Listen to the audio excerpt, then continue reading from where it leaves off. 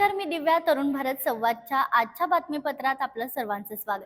पाहूयात आज दिवसभरातील ठळक घडामोडी.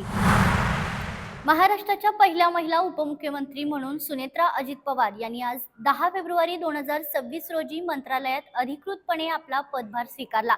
यावेळी राष्ट्रवादी काँग्रेसचे ज्येष्ठ नेते प्रफुल्ल पटेल, प्रदेशाध्यक्ष सुनील तटकरे, अन्न व नागरी पुरवठा मंत्री छगन भुजबळ, पार्थ पवार यांच्यासह पक्षाचे अनेक आमदार आणि पदाधिकारी उपस्थित होते.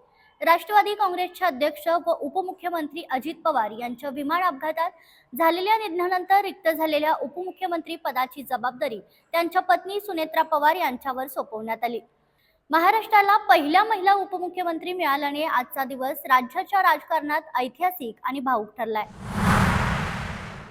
राष्ट्रवादी शरद पवार गटाचे अध्यक्ष ज्येष्ठ नेते शरद पवार यांना श्वास घेण्यास त्रास होत असल्याच्या कारणास्तव सोमवार दिनांक 9 फेब्रुवारी रोजी दुपारी 3:30च्या सुमारास पुण्यातील रुबी हॉल क्लिनिकमध्ये दाखल करण्यात आलं होतं. यावेळी रुबीचे संचालक डॉक्टर सायमन ग्रँट यांच्या मार्गदर्शनाखाली पवार यांची प्राथमिक तपासणी करण्यात आली. शरद पवार यांची प्रकृती सध्या स्थिर असल्याचे रुग्णालय प्रशासनाकडून सांगण्यात येत आहे. सीपीआर रुग्णालयासमोर भावसिंगजी रोडवर जुने झाड कोसळल्याची घटना घडली आहे. या दुर्घटनेत 2 जण जखमी झाले असून 2 दुचाकींचे मोठे नुकसान झाले. संरक्षण भिंतीच्या खोदकामामुळे झाडांची मुळे उघडी पडल्याने झाड कोसळले.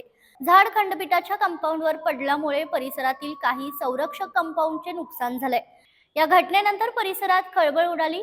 रुग्णालयाचे सुरक्षा रक्षक, पोलीस आणि महापालिका कर्मचारी तात्काळ घटनास्थळी दाखल झाले आणि परिस्थिती नियंत्रणात आणली. घटनेची माहिती मिळताच महापौर रूपाराणी निकम यांचे पती संग्राम निकम आणि उपमहापौर अक्षय जरग यांनी रुग्णालयात जाऊन जखमींची विचारपूस केली. 12:15 वाजता आम्हाला कोर्टच्या समोर जे आता सीपीआरचं भिंतीचं काम चालू आहे त्या लगत असलेले मोठं झाड पडल्याची आम्हाला वर्दी आली. आम्ही विभागाकडनं 2-3 फायर फायटर आणि आमचे 30भर जवान आम्ही घटनास्थळी जेव्हा आलो तेव्हा 2 माणसं त्या झाडाखाली अडकले होते. जास्त काय मोठी इजा नाही आहे, किरकोळ जखमी झालेले आहेत. त्यांना सीपीआरला आपण ऍडमिट केलेलं आहे.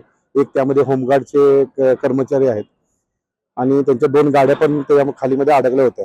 आता आम्ही काय केलं की रस्ता क्लिअर करण्याच्या अनुषंगाने आम्ही कटरच्या साहाय्याने झाड कट करून साईडला करतोय, जेणेकरून आता आपण नंतर भरून ते आपण स्मशानला आपण हे करणार आहे. सगळी झाडांचे जे वेस्ट आहेत ते सगळे आम्ही तिथे संरक्षण भिंतचे काम चालू होतं आणि त्याच्या मूळ कट केल्यामुळे झाड पडलं. प्रथम दर्शनी तर असंच लक्षात येते की झाडाच्या भोवतीला जे संरक्षण भिंत काम चालू आहे त्याची जेसीबीने मुळं कट केल्यामुळे कदाचित हे झाड मोठं जो डोलार आहे झाडाचा त्यामुळे त्याला ते वेट पेलवलं नसल्यामुळे ते झाड कोसळलेले आहेत.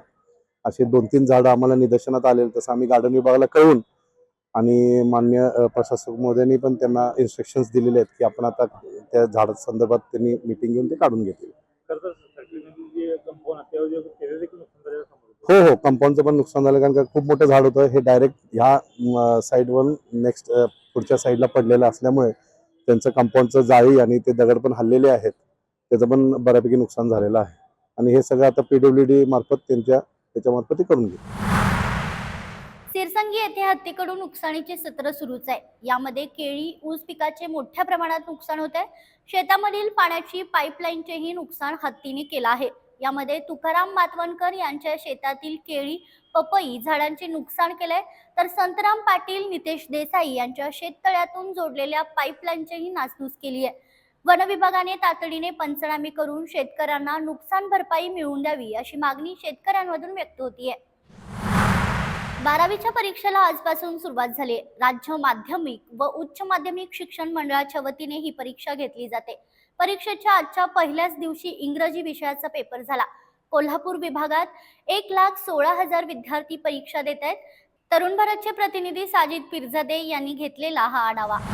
आता आपण दसरा चौकातील शहाजी कॉलेजमध्ये आहे आणि आता आजपासून 12वीच्या परीक्षेला प्रारंभ झालेला आहे आणि आज पहिला पेपर हा इंग्रजीचा त्यांचा झालेला आहे. तर काही विद्यार्थी आहेत त्यांच्याबरोबर आपण बोलूया की त्यांना पेपर कसा गेलेला आहे, त्यांनी कशा प्रकारे अभ्यास केलेला आहे, त्यांची काय यामागची भूमिका असणार. दादा, तुला पेपर आजचा इंग्रजीचा पहिला होता आणि तू कसा पेपर गेला आहे काय सांगू शकाल?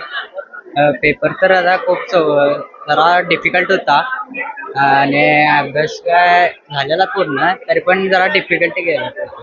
काय जो अभ्यास कशा प्रकारे केला होता सगळ्या या वर्षभरामध्ये, कशा प्रकारचं तुझं शेड्यूल होता, तू कुठल्या कलाला होतास आणि जे काय विज्ञानाला कुठल्या शाखेला तू ऍडमिशन घेतली? माझं तर स्ट्रीम आता सायन्स आहे आणि आज तरी वर्षभर जरी अभ्यास झाला होता. माझं नाव तनिष्क जाधव. आजचा पेपर इंग्लिश होता. पेपर इझी होता, फक्त टाइम मॅनेजमेंट पाहिजे प्रॉपर आणि प्रॅक्टिस पाहिजे पेपर सॉल्विंगसाठी. ते आपल्याला हेल्प करतं, म्हणजे आपण रिवाईज आणि हे केलं पाहिजे, पेपरचं मॅनेजमेंट कसं केलं पाहिजे यावर जास्त फोकस केलं पाहिजे आणि बाकी सगळं काय इझीच होतं. मग वर्षभरामध्ये कशा प्रकारे तुम्ही अभ्यास केला होता? बाकीच्या सब्जेक्टना किती वेळ दिला होता आणि इंग्लिशला किती वेळ दिला होता?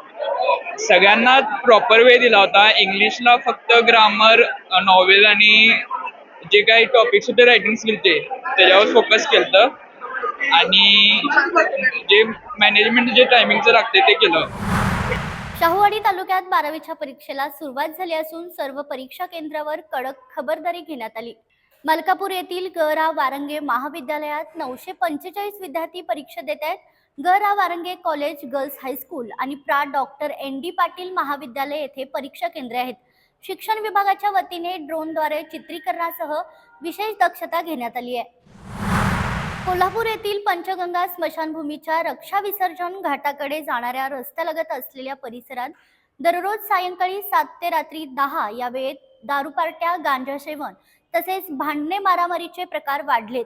स्मशानभूमी रोडवरील वर्दळ नसलेल्या भागाचा फायदा घेत बाहेरील मद्यपी येथे मोठ्या प्रमाणात येत असून परिसरातील नागरिकांना त्याचा त्रास सहन करावा लागतोय.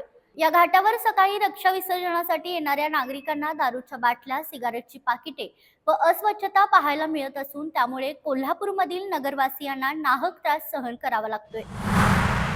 कसबा बवड्यात रेणुका देवीची आंबील यात्रा सोमवारी उदगाई उदच्या गजरात पार पडली. यात्रेनिमित्त दिवसभर भाविकांनी देवीस आंबील, घुगऱ्या, पोळ्यांचा नैवेद्य अर्पण करण्यासाठी मंदिरात गर्दी केली होती. पहाटे 5:30 वाजता राहुल भोसले यांनी गजलक्ष्मी रूपात देवीची पूजा बांधली. कसबा बवड्यातील नवनिर्वाचित नगरसेवक यांच्या उपस्थितीत काकड आरती झाली. त्यानंतर मंदिर दर्शनासाठी खुलं करण्यात आलं. सकाळी 9च्या सुमारास मुख्य देवीच्या जगाची आरती करण्यात आली. यावेळी आमदार सतेज पाटील, माजी आमदार ऋतुराज पाटील यांची उपस्थिती होती.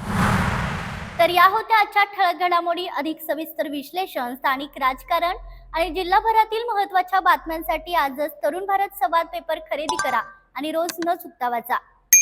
अशाच नवनवीन घडामोडींसाठी पाहत रहा तरुण भारत कोल्हापूर. अशाच नवनवीन अपडेटसाठी पुन्हा भेटूया. तोपर्यंत नमस्कार.